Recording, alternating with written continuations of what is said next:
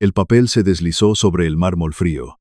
Era un contrato de arrendamiento por $800 al mes. Mi propia nuera me lo empujaba por la isla de la cocina. Exigía que yo pagara alquiler por la misma casa que yo había comprado en secreto para salvarlos de la ruina. Roberto, mi único hijo, mantenía la mirada clavada en su vaso de agua con hielo. No dijo una sola palabra. El silencio en esa cocina de diseño era ensordecedor y pesado. Podía escuchar el zumbido suave del refrigerador de acero inoxidable a mis espaldas. Podía escuchar mi propia respiración, pausada y cansada. Estábamos en el corazón de Coral Gables, Florida. Una casa de $2.600.000. Techos altos, ventanales inmensos, pisos de madera importada y encimeras de piedra natural. Todo a nuestro alrededor gritaba éxito, lujo y el sueño americano cumplido. Pero todo era una mentira. Una fachada hueca sostenida por el orgullo, la deuda y una desesperación silenciosa. Miré el papel impreso que descansaba bajo mis manos. Letras negras, frías, calculadas con absoluta precisión. Había cláusulas sobre el uso del agua caliente. Había reglas sobre los horarios en los que yo podía recibir visitas. Había una lista detallada de mis obligaciones como inquilino en la pequeña habitación de invitados del fondo. Sentí un nudo áspero en la garganta, no de tristeza, sino de una profunda y oscura decepción. Mis manos, apoyadas sobre ese mármol perfecto, están llenas de cicatrices profundas. Son manos ásperas, curtidas por 42 años de trabajo bajo el sol inclemente del sur de la Florida. Recuerdo los veranos a 110 grados de temperatura. Recuerdo el olor a cemento fresco, a polvo de ladrillo, a sudor salado y a asfalto derretido. Yo no nací con dinero, ni heredé un apellido importante. Todo lo que construí en esta vida, lo construí bloque por bloque, con la espalda doblada y las rodillas doliendo. Y a mi lado, sosteniendo mi mundo, siempre estuvo Lucía, mi esposa, mi ancla en medio de cualquier tormenta. Ella me esperaba cada noche con la cena caliente y una sonrisa que borraba el cansancio de mis huesos. Trabajamos sin descanso, privándonos de lujos, de vacaciones, de ropa nueva. Lo hicimos para que nuestro hijo, Roberto, nunca tuviera que ensuciarse las manos con mezcla de cemento. Queríamos que él fuera a la universidad y tuviera opciones. Queríamos que usara traje y corbata, que tuviera una vida más suave, más limpia y más segura que la nuestra. Y lo logramos. Pagamos su educación hasta el último centavo. Pero cuando Lucía falleció hace 5 años, el mundo entero se me vino abajo. La casa grande que habíamos construido juntos en los suburbios se sintió de pronto como una tumba inmensa. El silencio de las habitaciones vacías me asfixiaba por las noches. Fue entonces cuando Roberto me pidió que me mudara más cerca de ellos. Me dijo que me necesitaban cerca. Que los niños, mi nieto Mateo de 7 años y mi pequeña Sofía de 5, querían crecer viendo a su abuelo todos los días. Yo le creí con todo mi corazón. Vendí mi casa, empaqué mis recuerdos en cajas de cartón y me instalé en la habitación de invitados de su inmensa mansión. Al principio, todo parecía perfecto y lleno de luz. Las cenas en familia eran ruidosas, llenas de las risas de mis nietos corriendo por el jardín trasero. Pero pronto, muy pronto, empecé a notar las grietas oscuras en la pared. Literal y figurativamente, la estructura de esta familia estaba cediendo. Elena, mi nuera, vivía absolutamente obsesionada con las apariencias. Para ella, el estatus social lo era todo en la vida. Pertenecer al club de campo adecuado no era un lujo, era una obligación de supervivencia. Llevar a los niños a la escuela privada más exclusiva era la única forma de existir en su círculo. Conducían camionetas de lujo del año, vehículos que costaban más de $100.000 cada uno. Cambiaban de auto como quien cambia de zapatos, siempre buscando el modelo más nuevo para estacionarlo a la vista de los vecinos. Y cada vez que yo sugería, con mucho cuidado, que tal vez estaban gastando demasiado, Elena me miraba con una mezcla de lástima y desdén. Me decía, con esa voz dulce pero cargada de veneno, que yo no entendía cómo funcionaba el mundo moderno. Que en su círculo social de Coral Gables, la imagen no era un gasto, sino una inversión necesaria. Roberto simplemente asentía, dándole la razón sin mirarme a los ojos. Pero yo veía cómo mi hijo se marchitaba día tras día. Veía sus ojeras oscuras marcándose en su rostro pálido. Veía cómo le temblaban las manos cuando revisaba su teléfono por las mañanas, esperando correos electrónicos que lo aterraban. El estrés lo estaba consumiendo vivo, devorando al hombre que yo había criado. Y hace 9 meses, descubrí exactamente por qué. Fue una tarde de martes, húmeda y calurosa. Fui a visitar a mi viejo amigo y abogado, Fernando. Fernando y yo nos conocemos desde hace 30 años.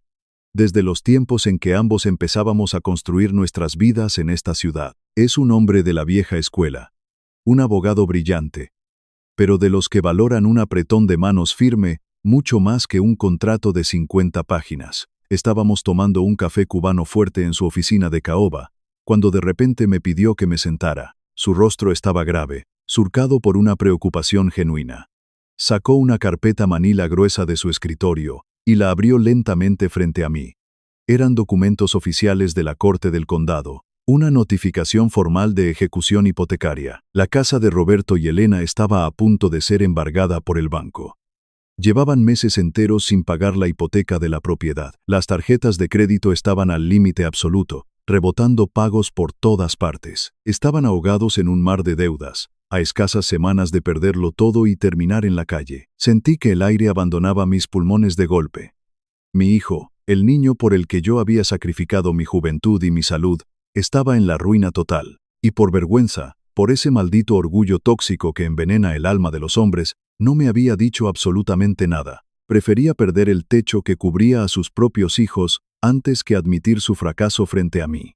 Yo no podía permitir que Mateo y Sofía sufrieran las consecuencias de esa arrogancia. No podía dejar que unos extraños los sacaran de su hogar y tiraran sus juguetes a la acera. Así que tomé una decisión rápida y silenciosa. Le pedí a Fernando que creara una corporación anónima de inmediato. Una empresa de responsabilidad limitada donde mi nombre no apareciera en los registros públicos. A través de esa empresa, compré la deuda total al banco. Pagué los $2.600.000 en efectivo. Fue una transferencia directa. Ese era el dinero que Lucía y yo habíamos ahorrado centavo a centavo, dólar a dólar. Durante 4 décadas de sudor y sacrificio, salvé la casa en un solo movimiento. Me convertí en el dueño absoluto y legal de la propiedad, de los cimientos hasta el techo. Pero le prohibí estrictamente a Fernando que revelara mi identidad.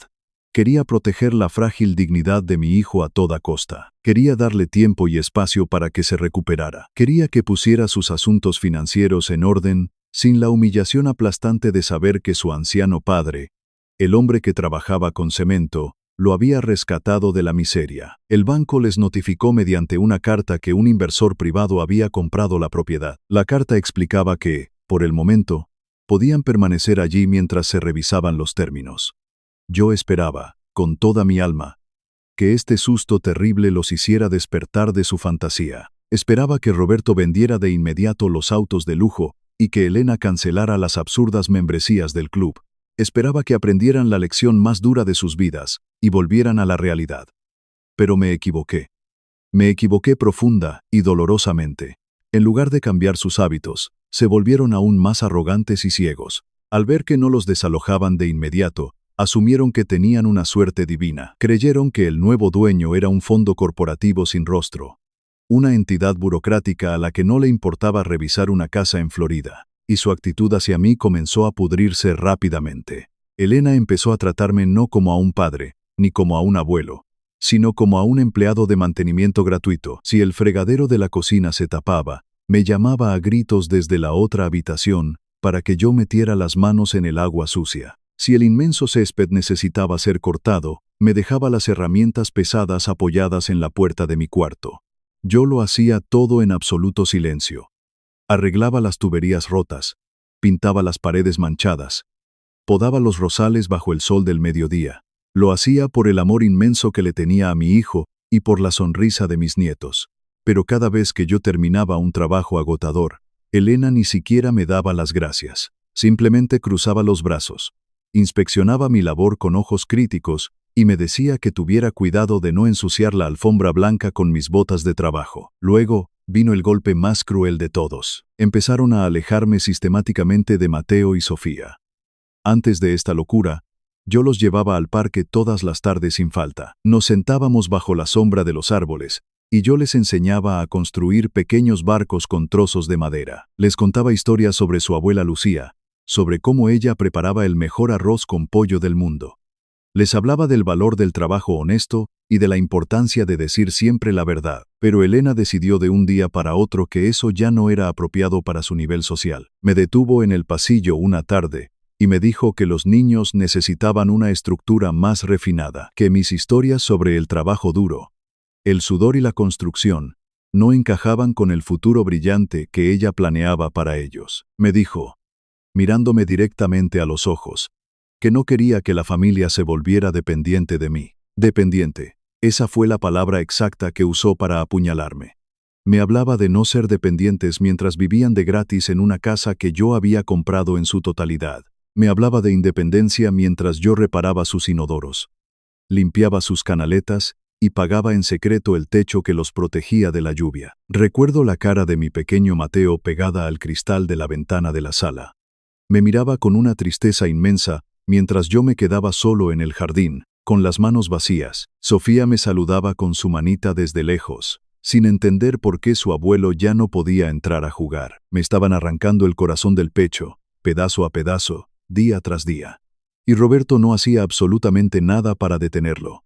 Mi hijo, la sangre de mi sangre, bajaba la cabeza cobardemente. Se excusaba diciendo en voz baja que tenía mucho trabajo acumulado y se encerraba bajo llave en su oficina. Su cobardía me dolía 1000 veces más que los insultos disfrazados de Elena. Su silencio era una traición a todo lo que Lucía y yo le habíamos enseñado desde que era un niño. Así llegamos a esta noche oscura, a esta cena tensa en la isla de la cocina de mármol. Elena había preparado una comida elegante, casi teatral. Sirvió vino tinto en copas de cristal fino y encendió velas. Yo sabía desde el primer momento que algo andaba muy mal. Había una tensión eléctrica y pesada en el aire, como la calma antes de un huracán en la costa. Cuando terminamos de comer en un silencio incómodo, ella sacó la carpeta de cuero. La abrió y deslizó el papel impreso sobre el mármol hacia mí. Me dijo, con esa voz ensayada y fría, que los tiempos estaban muy difíciles para todos, que la inflación estaba afectando gravemente sus finanzas personales. Y que, como yo vivía bajo su techo y usaba sus recursos, era hora de que empezara a contribuir como un adulto responsable. $800 al mes, exigió sin parpadear, más la mitad de la factura mensual de la electricidad. Y, por si fuera poco, adjuntó una lista de tareas domésticas obligatorias que yo debía cumplir para mantener mi derecho a usar las áreas comunes de la casa. Miré a Roberto con desesperación. Le supliqué con la mirada que dijera algo, cualquier cosa, que defendiera a su padre anciano, que recordara quién le había enseñado a dar sus primeros pasos, quién le había pagado la universidad con el sudor de su frente y el dolor de su espalda. Pero Roberto tomó un sorbo lento de su agua con hielo y miró fijamente hacia la pared blanca. En ese preciso instante, algo fundamental se rompió dentro de mí. No fue un estallido de ira descontrolada, no fue rabia ciega, fue una claridad fría, absoluta y devastadora. Recordé de pronto una carta antigua, una nota escrita a mano por mi difunta esposa. Lucía la había encontrado escondida en su viejo cofre de cedro, semanas después de su doloroso funeral. El olor a madera dulce y a su perfume de lavanda todavía me acompaña cuando cierro los ojos. En esa nota, escrita con su caligrafía elegante, Lucía había dejado unas palabras que nunca olvidé. Ella decía que el amor verdadero requiere una fuerza inmensa. Decía que amar a las personas no significa dejar que borren tu dignidad, que la bondad sin respeto es solo un permiso abierto para el abuso continuo. Durante 9 largos meses, yo había confundido el amor de padre con la sumisión absoluta. Había permitido que pisotearan mi dignidad diaria para proteger el orgullo falso de un hombre que no tenía el valor de defender a su propio padre. Lentamente, aparté el contrato de arrendamiento con la punta de mis dedos. No lo rompí en pedazos, no levanté la voz ni un solo decibelio. Simplemente me puse de pie con la lentitud de mis años. La pesada silla de madera raspó contra el piso de mármol pulido, rompiendo el silencio sepulcral de la cocina. Elena me miró, visiblemente ofendida por mi falta de respuesta. Me preguntó en tono autoritario a dónde creía que iba, que todavía no habíamos terminado de hablar de mis responsabilidades. No le respondí una sola palabra. Caminé a paso firme hacia la puerta principal de roble. Sentí la mirada cargada de culpa de Roberto clavada en mi espalda, pero no me detuve ni un segundo. Salí a la cálida y pesada noche de Miami. El aire húmedo y salado me golpeó el rostro. llenando mis pulmones de una libertad que había olvidado. Caminé por el camino de entrada hacia mi vieja camioneta de trabajo. Era el único vehículo en esa inmensa propiedad que estaba pagado por completo, sin deberle un centavo a nadie. Encendí el motor y el sonido ronco y familiar del escape me reconfortó el alma. Conduje sin rumbo fijo por las calles oscuras, bordeadas de enormes árboles banianos. Las sombras de las hojas gigantes se proyectaban sobre el parabrisas mientras avanzaba. El cielo nocturno se estaba tiñendo de un púrpura profundo y melancólico. Las luces cálidas de las mansiones de Coral Gables comenzaban a encenderse una por una. Iluminaban vidas aparentemente perfectas que, en muchos casos, estaban tan vacías y podridas por dentro como la de mi propio hijo. Detuve la camioneta cerca de la bahía, donde el agua oscura reflejaba las luces lejanas de la ciudad. Saqué mi teléfono del bolsillo de mi camisa. Marqué el número personal de Fernando. Sabía perfectamente que él estaría despierto a esta hora, leyendo documentos en su estudio. Contestó al segundo tono, con su voz áspera y familiar. Le dije que ya era suficiente, que el tiempo de esperar un milagro había terminado para siempre. Le pedí que preparara los documentos legales de inmediato. Le ordené que transfiriera la escritura completa de la propiedad a primera hora, que sacara la casa del nombre de la corporación anónima y la pusiera directamente a mi nombre personal. Tomás. El hombre al que le acababan de cobrar alquiler por su propia casa. Fernando guardó silencio por un momento largo y pesado. Luego, con un tono de profundo respeto y comprensión, me dijo que los papeles estarían listos sobre su escritorio a primera hora de la mañana. Colgué el teléfono despacio. Miré el agua oscura y tranquila de la bahía moverse con el viento. La maquinaria legal se había puesto en marcha de manera irreversible. Y ya no había vuelta atrás. Mañana, mi hijo y mi nuera descubrirían exactamente de quién era el techo que los cubría. Que sacara la casa del nombre de la corporación anónima y la pusiera directamente a mi nombre personal. Tomás. El hombre al que le acababan de cobrar alquiler por su propia casa. Fernando guardó silencio por un momento largo y pesado. Luego, con un tono de profundo respeto y comprensión, me dijo que los papeles estarían listos sobre su escritorio a primera hora de la mañana. Colgué el teléfono despacio. Miré el agua oscura y tranquila de la bahía moverse con el viento. La maquinaria legal se había puesto en marcha de manera irreversible. Y ya no había vuelta atrás. Mañana, mi hijo y mi nuera descubrirían exactamente de quién era el techo que los cubría. El sol de la mañana siguiente se levantó pesado y ardiente sobre Miami. Era uno de esos días húmedos donde el aire se siente espeso en los pulmones, casi como si pudieras masticarlo. Conduje mi vieja camioneta hacia el centro de la ciudad, escuchando el zumbido constante de los neumáticos sobre el asfalto caliente. No había dormido un solo minuto en toda la noche.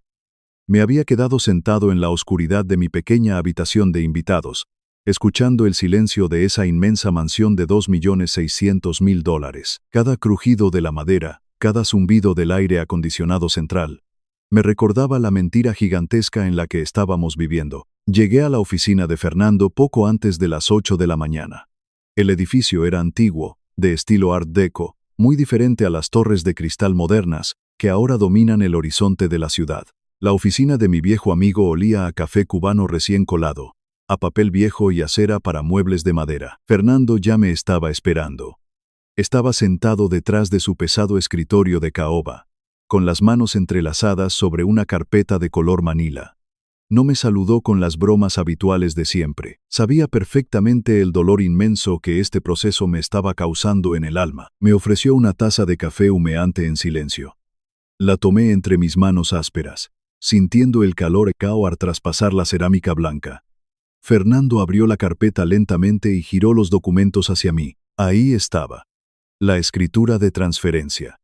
El documento legal que disolvía el velo de la corporación anónima y ponía la propiedad de Coral Gables directamente bajo mi nombre y apellido. Fernando me miró a los ojos, con esa mirada afilada de abogado que ha visto todas las miserias humanas posibles. Me preguntó, con voz grave y pausada, si estaba absolutamente seguro de querer hacer esto. Me advirtió que una vez que el notificador judicial entregara los papeles de desalojo en la casa, la relación con mi hijo podría romperse para siempre. Tomé un sorbo de café amargo. El sabor fuerte me quemó un poco la garganta, pero me ayudó a centrar mis pensamientos. Le respondí a Fernando que la relación con mi hijo ya estaba rota. Le dije que se había roto en el momento en que Roberto bajó la mirada mientras su esposa me exigía $800 para vivir en la casa que yo había salvado. Le dije que no estaba haciendo esto para destruirlos, sino para intentar salvar lo poco que quedaba del hombre que yo había criado. Fernando asintió lentamente, comprendiendo la profundidad de mis palabras. Me entregó un bolígrafo de tinta negra, pesado y frío. Firmé los documentos con mano firme. Cada trazo de mi nombre sobre el papel se sintió como un golpe de martillo derribando una pared podrida. Fernando tomó los papeles. Les puso su sello oficial de notario y los guardó en un sobre grueso. Me dijo que el notificador judicial estaría en la puerta de la casa de Coral Gables exactamente a la 1 de la tarde. Salí de su oficina y el calor de la calle me golpeó el rostro de inmediato. No quería volver a la casa todavía. No quería estar allí cuando el hombre del traje gris tocara el timbre. Conduje hasta un pequeño parque cercano a la bahía, un lugar lleno de árboles banianos gigantes, con raíces que colgaban como cortinas de madera. Me senté en un banco de concreto bajo la sombra espesa. Pasé horas enteras mirando a las familias caminar por el sendero. Veía a los abuelos empujando los carritos de sus nietos, a los padres jóvenes enseñando a sus hijos a andar en bicicleta. Mi mente viajó 40 años atrás en el tiempo. Recordé los días en que Lucía y yo vivíamos en un pequeño apartamento de un solo cuarto, con las paredes delgadas y el techo que goteaba cuando llovía fuerte. Recordé cómo Roberto, siendo apenas un niño de 3 años, jugaba con mis herramientas de construcción en el piso de linóleo. Éramos pobres en dinero, pero inmensamente ricos en respeto y en amor. Construí cientos de casas en esta ciudad con mis propias manos. Vertí toneladas de cemento, levanté paredes de bloques, instalé vigas de acero bajo un sol que derretía la voluntad de cualquiera. Y en todos esos años de trabajo brutal, aprendí una verdad innegable. Una casa es solo un montón de materiales de construcción unidos por clavos y pegamento, pero un hogar, un verdadero hogar, está construido sobre los cimientos invisibles del respeto mutuo, la honestidad y la gratitud. La mansión de Coral Gables no era un hogar. Era una exhibición de vanidad. Era un escenario de teatro donde mi hijo y mi nuera interpretaban el papel de millonarios exitosos, mientras se ahogaban en un océano oscuro de deudas y mentiras. A la 1:15 de la tarde, mi teléfono celular comenzó a vibrar violentamente en el bolsillo de mi camisa. Lo saqué y miré la pantalla brillante. Era Roberto. Dejé que sonara 3 veces antes de contestar. Cuando deslicé el dedo por la pantalla, la voz de mi hijo me golpeó los oídos. Estaba completamente alterado, respirando de manera entrecortada, casi al borde de un ataque de pánico. Me gritó que un hombre acababa de dejar unos documentos legales en la puerta.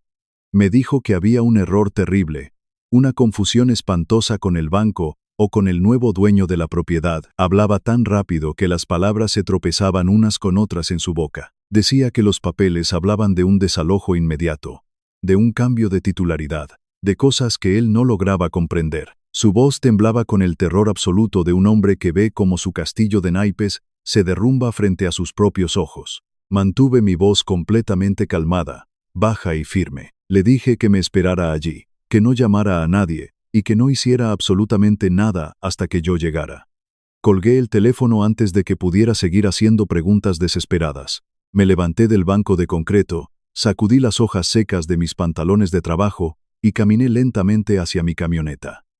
El viaje de regreso a Coral Gables se sintió eterno. Las calles arboladas, los jardines perfectamente podados, las rejas de hierro forjado, todo me parecía ahora una ilusión barata. Estacioné mi vieja camioneta en el amplio camino de entrada de adoquines, justo detrás de la reluciente camioneta de lujo de Elena.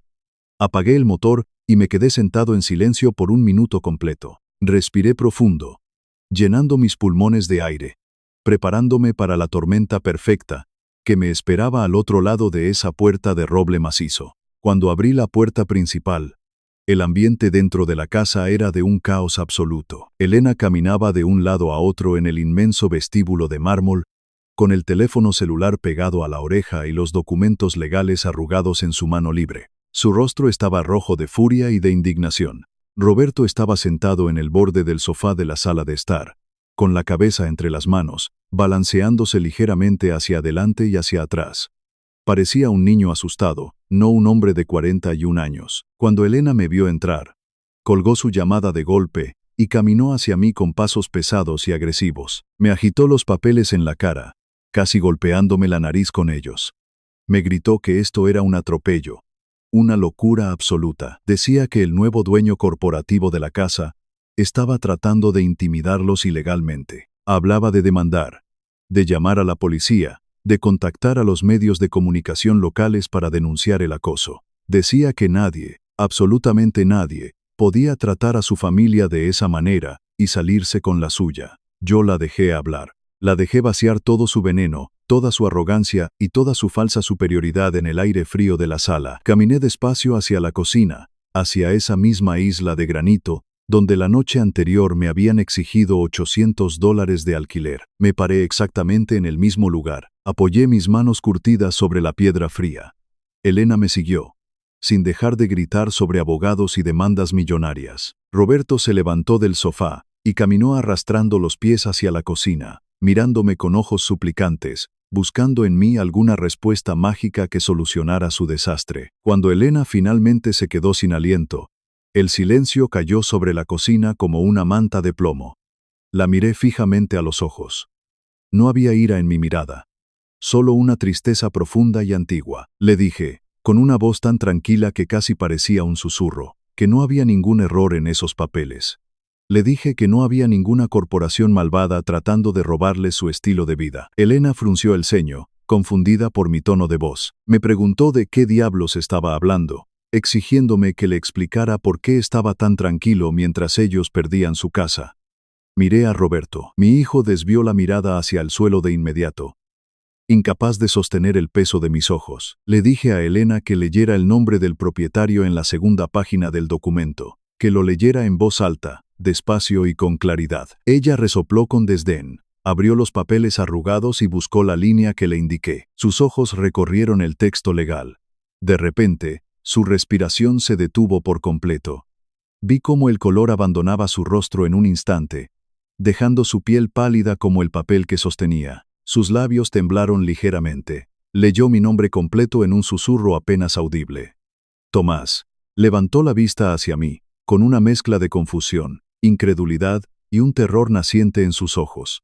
Negó con la cabeza, retrocediendo un paso. Me dijo que eso era imposible, que yo era solo un contratista retirado, que yo no tenía esa clase de dinero, que esto tenía que ser una broma cruel o una falsificación. En ese preciso momento, el timbre de la puerta principal sonó con un eco fuerte por toda la casa. Roberto saltó en su lugar, asustado por el ruido repentino. Caminé hacia la puerta y la abrí de par en par. Era Fernando. Llevaba su traje oscuro impecable y sostenía un maletín de cuero negro en su mano derecha. Entró a la casa con paso firme y profesional, asintiendo hacia mí con respeto. Caminamos juntos de regreso a la cocina. Fernando abrió su maletín sobre la isla de granito. Sacó copias certificadas de todos los documentos financieros y legales. Los extendió sobre el mármol, uno por uno, formando una línea perfecta de evidencia irrefutable. Habló con su voz de abogado, fría, clara y sin emociones. Explicó detalladamente cómo la casa había entrado en ejecución hipotecaria hacía 9 meses. Explicó cómo el banco estaba a escasos días de poner un candado en la puerta y lanzar sus pertenencias a la calle. Y luego, señaló el comprobante de transferencia bancaria. $2.600.000, pagados en efectivo, en un solo movimiento, provenientes de mis ahorros de toda la vida, a través de una empresa de responsabilidad limitada que yo controlaba en su totalidad. Fernando concluyó diciendo que yo era el único y absoluto dueño de la propiedad, libre de cualquier deuda o gravamen. Elena se apoyó contra el refrigerador, como si sus piernas ya no pudieran sostener el peso de su propio cuerpo. Miró los documentos, miró a Fernando y luego me miró a mí. La arrogancia de Coral Gables se había evaporado por completo, reemplazada por el miedo crudo y paralizante de la realidad. Roberto, por su parte, se derrumbó por completo, cayó de rodillas sobre el piso de mármol, apoyó los brazos sobre la isla de la cocina y comenzó a llorar. No era un llanto silencioso, eran sollozos profundos, desgarradores, el sonido de un hombre cuyo orgullo falso finalmente se había quebrado en 1000 pedazos. Entre lágrimas, mi hijo empezó a confesar todo. Admitió que llevaban años viviendo al límite de sus tarjetas de crédito. Admitió que los autos de lujo eran alquilados a precios exorbitantes que no podían pagar. Admitió que las renovaciones de la casa se habían hecho con préstamos personales con intereses usureros. Dijo que la presión de Elena por mantener las apariencias frente a sus amigas del club lo había empujado a tomar decisiones financieras desastrosas. Pero también admitió, con la voz rota por la vergüenza, que él había sido un cobarde por no detenerla, por no tener el valor de decir que no, por preferir hundir a su familia en la ruina antes que admitir que no eran millonarios. Elena intentó acercarse a mí. Sus ojos estaban llenos de lágrimas ahora.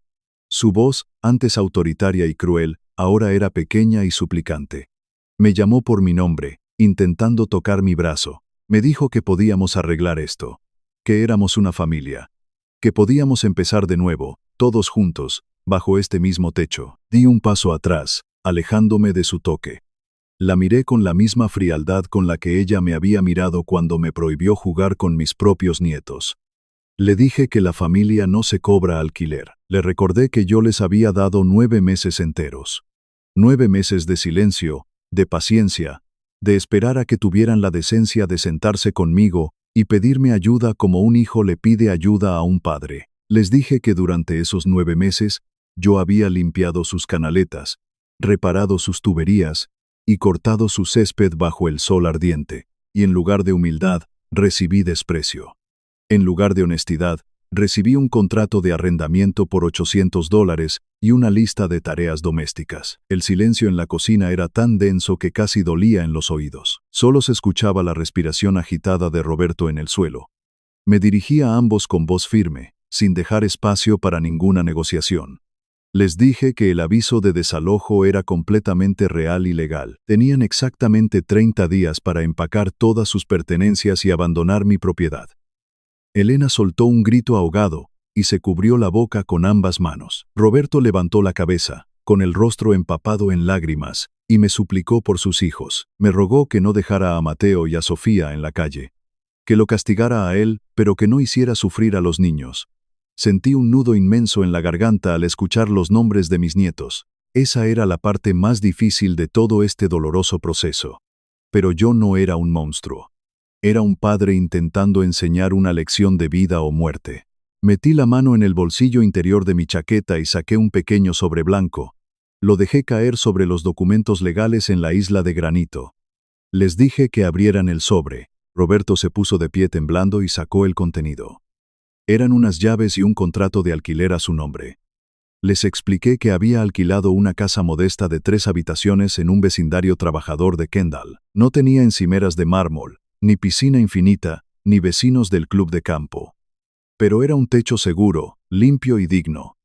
Les dije que había pagado 6 meses de alquiler por adelantado, 6 meses para que Roberto consiguiera un segundo trabajo si era necesario, 6 meses para que Elena aprendiera a limpiar su propia casa y a cocinar para sus hijos, 6 meses para que descubrieran si su matrimonio estaba basado en el amor real o solo en el saldo de una cuenta bancaria.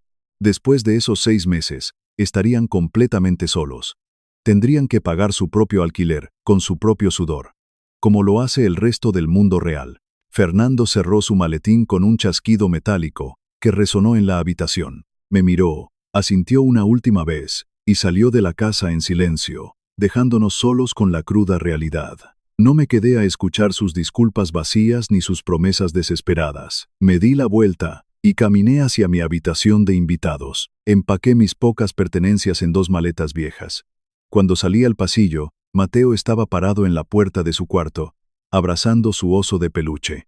Sus ojos grandes y oscuros me miraban con confusión. Me arrodillé frente a él, ignorando el dolor en mis viejas articulaciones.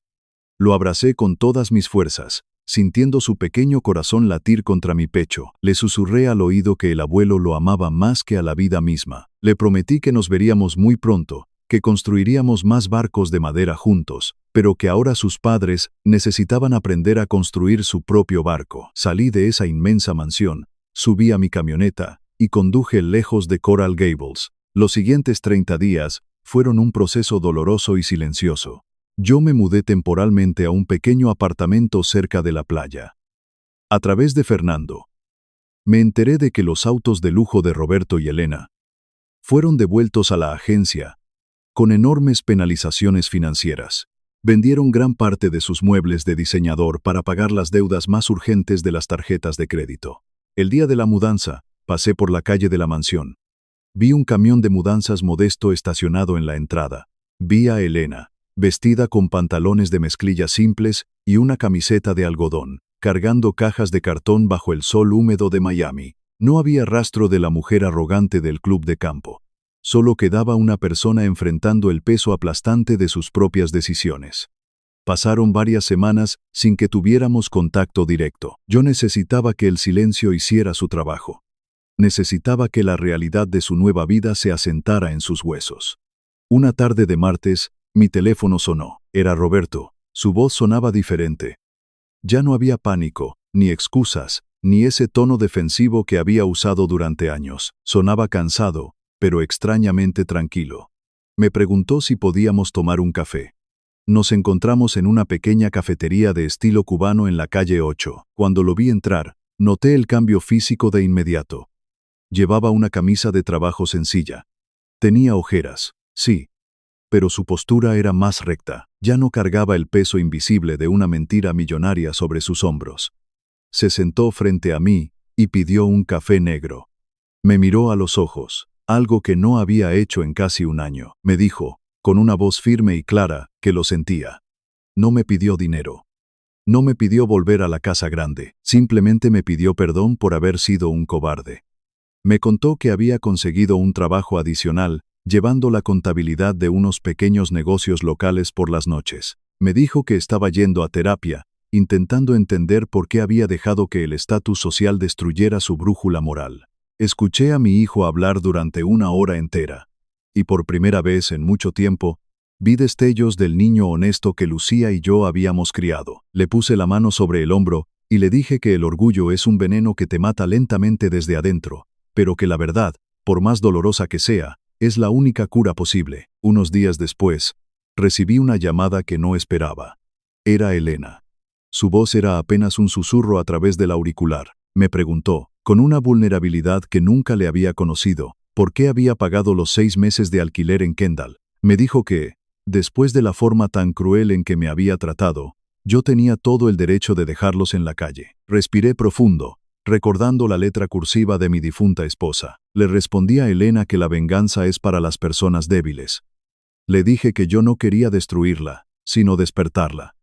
Le expliqué que el respeto no se exige con gritos, se demuestra con acciones, y que yo nunca permitiría que la madre de mis nietos durmiera en un auto, sin importar cuán equivocada estuviera. Hubo un largo silencio en la línea. Luego, escuché el sonido suave de su llanto, un llanto genuino, despojado de cualquier manipulación. Me dio las gracias, con una voz rota y sincera, y colgó el teléfono. Los meses comenzaron a pasar, y con ellos, las estaciones cálidas de la Florida. La dinámica de nuestra familia empezó a reconstruirse lentamente, bloque por bloque, como una casa nueva sobre cimientos sólidos. Empecé a ir a los juegos de béisbol de Mateo los sábados por la mañana en el parque público de Kendall. Ya no había gradas VIP ni padres presumiendo de sus relojes caros. Solo había césped cortado, olor a protector solar y niños corriendo detrás de una pelota. En uno de esos juegos, Elena se acercó a mí. Llevaba una gorra de béisbol gastada y sostenía 2 botellas de agua fría. Me ofreció una con una sonrisa tímida. Se sentó a mi lado en las gradas de aluminio. Me miró a los ojos y me pidió perdón frente a frente. Me dijo que había estado tan ciega por las luces brillantes de Coral Gables que no se había dado cuenta de que estaba quemando su propia casa desde adentro. Acepté su disculpa con un asentimiento lento. No necesitábamos grandes discursos dramáticos. El cambio en su actitud era prueba suficiente de que la lección había echado raíces. Roberto también comenzó a visitarme en mi apartamento. Una tarde, apareció en mi puerta cargando una caja pesada de madera. Eran mis viejas herramientas de construcción. Las había limpiado, engrasado y organizado con un cuidado meticuloso. En el fondo de la caja, había colocado el viejo recetario de Lucía, el que Elena había querido tirar a la basura meses atrás por considerarlo anticuado. Roberto me abrazó fuerte en el umbral de la puerta. Sentí la fuerza en sus brazos, la fuerza de un hombre que finalmente estaba aprendiendo a sostener su propio peso en el mundo. La mansión de Coral Gables permaneció vacía durante un tiempo. Yo no tenía ninguna intención de vivir en un museo de mármol de $2.600.000. Volví a la oficina de Fernando una última vez para arreglar los asuntos legales definitivos. Redactamos un fideicomiso irrevocable, blindado contra cualquier error humano. La propiedad fue transferida a ese fideicomiso. Generaría ingresos por alquiler que se guardarían en una cuenta segura. Ese dinero, y la propiedad misma, pertenecerían única y exclusivamente a Mateo y a Sofía, cuando cumplieran 25 años. Roberto y Elena nunca tendrían acceso legal a ese patrimonio. Fernando me entregó la copia final del fideicomiso. Me sonrió, con esa sonrisa de viejo amigo que sabe que la tormenta finalmente ha pasado. Me dijo que Lucía estaría inmensamente orgullosa del hombre en el que me había convertido, y del padre que seguía siendo. Salí de la oficina de Fernando y caminé hacia el paseo marítimo. El sol de la tarde bañaba el agua de la bahía con tonos dorados y anaranjados. Me apoyé en la barandilla de metal, sintiendo la brisa salada del océano en mi rostro curtido. Pensé en los 42 años de trabajo duro. Pensé en el cemento, en el sudor, en las casas que construí para extraños y en la familia que casi pierdo por culpa del silencio. Saqué de mi billetera el viejo papel doblado, la nota escrita a mano por Lucía. Sus palabras seguían siendo mi brújula moral en este mundo complicado. El amor verdadero requiere una fuerza inmensa. La bondad abre la puerta de tu casa, pero es la dignidad la que decide quién tiene el derecho de quedarse adentro. Guardé la nota cerca de mi corazón. Miré el horizonte infinito. Y, por primera vez en muchos años, sentí que finalmente estaba en casa.